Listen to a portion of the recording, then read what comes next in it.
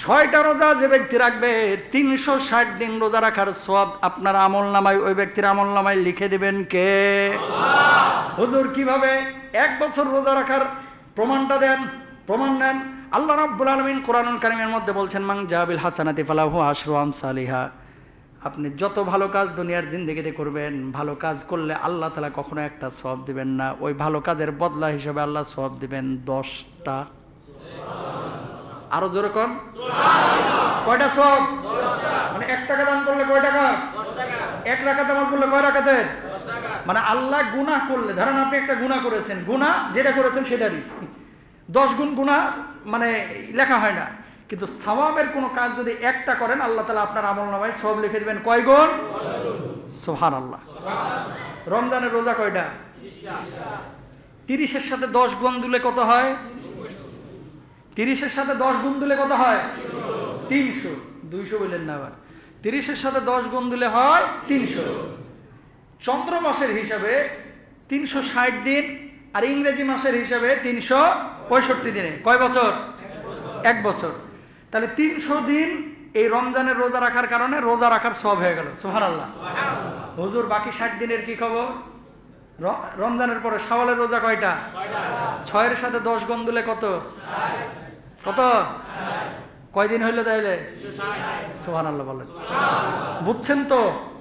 মানে শাওয়ালের 6 রোজা, রমজানের 30টা রোজা, এই 36টা রোজা কেউ যদি রাখলো আল্লাহ রাব্বুল আলামিন তার আমলনামায় পুরো বছরের সওয়াব দিয়ে দিল। রাখবেন না ইনশাআল্লাহ? কিন্তু এখানে একটা ঝামেলা আছে। হুজুর মেয়েদের যে মেনস্ট্রুয়েশনের কারণে বা মাসিকের কারণে যে রোজাগুলি রাখে নাই, এটা আগে রাখবে নাকি ওটা আগে রাখবে? জবাব হচ্ছে, মেনস্ট্রুয়েশনের কারণে যদি কোনো মা বোন রোজা রাখতে না পারে, শাওয়ালের রোজা রাখার আগে যদি সুযোগ হয় যে 4টে রোজা আছে আমার কাজা রোজা, আগে ফরজটা আদায় করে নেবে, তারপরে শাওয়ালেরটা রাখবে। বুঝছেন?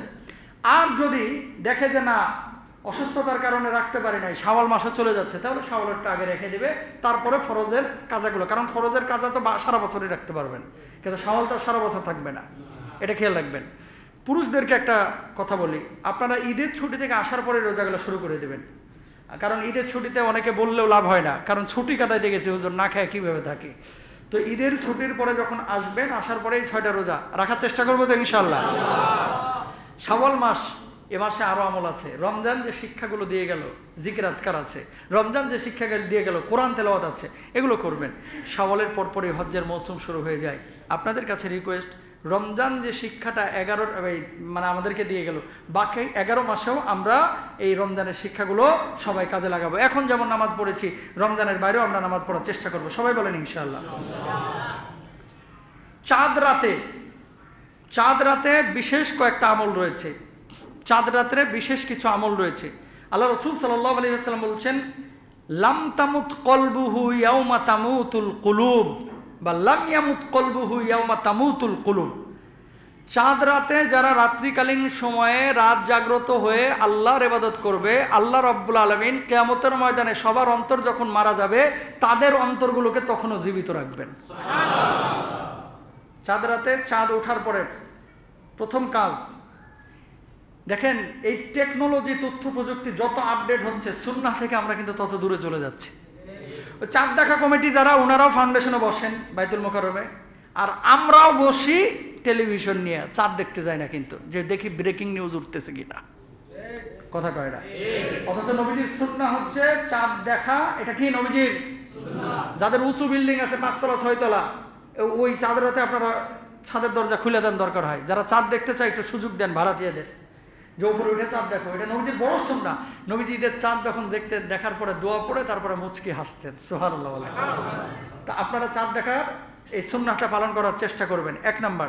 2 নাম্বার বিষয়, এশার নামাজ পড়বেন। চাঁদ রাত্রে অনেকে কেনাকাটা আর ওই যে রান্না বান্নার কাজে ব্যস্ত হয়ে যায়, এটা করবেন না, কেনাকাটা আগেই সেরে ফেলবেন। চাঁদ রাত্রে রাত্রিকালীন সময়ে এশার নামাজের পরে কিছু কিয়ামুল লাইল করেন, রাত্রিকালীন সময় নামাজ পড়েন, আল্লাহর কাছে ইবাদত বন্দেগী করেন, জিকির আজকার করেন, তাসবিহ তাহলিল করেন। তারপরে রাতের মধ্যাংশ যখন চলে আসছে, তাহাজ্জুদে একটু সময় দেন, এরপরে ঈদের নামাজ পড়েন। চাঁদ রাত্রে আল্লাহ সুবহানাহু ওয়া তাআলা দোয়া কবুল করেন। হাদিসের মধ্যে যে সমস্ত রাতগুলোতে দোয়া কবুল হয় বলা হয়েছে, 1 নাম্বার রজবের প্রথম রাত, 2 নাম্বার শাওয়ালের রাত, 3 নাম্বার হচ্ছে জিলহজ্জের রাত, 4 নাম্বার হচ্ছে শবে কদর, শবে বরাতের রাত, হ্যাঁ, তারপরে হচ্ছে এই যে চাঁদ রাত, এই সমস্ত রাতগুলোতে কি হয়, আল্লাহ সুবহানাহু ওয়া তাআলা দোয়া কবুল করে থাকেন। তো চাঁদ রাত্রে আপনারা অনেকেই ঘোরাফেরা করে আপনারা সময় কাটায় দেন, এরকম যেন না হয়। চাঁদ রাতটাকে আপনারা গান বাজনায় কাটাবেন না। আব্দুল্লাহ ইবনে ওমর রাদিয়াল্লাহু তাআলা বর্ণনা করেছেন, যে ব্যক্তি জুমার রাত, রজব মাসের প্রথম রাত, অর্ধ সাবানের রাত এবং 2 ঈদের রাত সহ এই 5 রাত্রে যে কোনো দোয়া করবে, সে রাত্রে কোনো দোয়াই ফিরিয়ে দিবে না, আল্লাহ তাআলা তার প্রত্যেকটা দোয়া কবুল করবে। তার মানে চাঁদ রাতটা হচ্ছে শুধু গান শোনার রাত না, এটা কিসের রাত? দোয়ার রাত। আল্লাহর কাছে যত চাওয়া আছে সব চাওয়াগুলো পেশ করবেন ইনশাআল্লাহ, বলেন ইনশাআল্লাহ। এরপরে এ রাত্রে যেহেতু দোয়া ফেরত দেওয়া হয় না, এ রাত্রে বান্দাদের জন্য, যারা আল্লাহকে ডাকে তাদের জন্য জান্নাতকে ওয়াজিব করে দেওয়া হয়, সুবহানাল্লাহ। সুতরাং চাঁদ রাত্রে আমরা এই কাজগুলো করব। সর্বশেষ যে বিষয়টা, একটা প্রশ্ন, সেটা হচ্ছে টিউব মেহেদি বাজারে থেকে নিয়ে কেউ যদি হাতে দেয়, ওই টিউব মেহেদি হাতে নিয়ে নামাজ পড়া অথবা ঈদের জামাতে যাওয়া যাবে কিনা? এটা পুরুষরাও অনেকে আপনারা দেন, নারীরাও অনেকে দেয়। পাতার মেহেদি এটা আপনি দাড়িতে দিতে পারেন, চুলে দিতে পারেন, নবীজি দিয়েছেন, এটা সুন্নাহ। যদি হাতে মাখেন, এই দাড়িতে মাখেন, চুলে মাখেন, এটা সুন্নাহ। হাতে যদি দেন জায়েজ আছে, তবে মেয়েদের, পুরুষরা নারীদের কোনো সাজসজ্জা গ্রহণ করবেন না। মেহেদি দেওয়া হাতে, পায়ে, এগুলো জায়েজ আছে। বলবেন যে হুজুর, রাসূল সাল্লাল্লাহু আলাইহি ওয়াসাল্লাম তো দাড়িতে দিয়েছে মেহেদি, আমরা পায়ে দিব কিভাবে? তো নবীজি তো তেল মাখছে, ওই তেল আবার আপনি খান কে? বুঝেন না এই কথা? নবীজি তেল মাখছে না, ওই তেল তো আপনি খান, গায়েও মাখেন। আসলে এটা বিষয় না।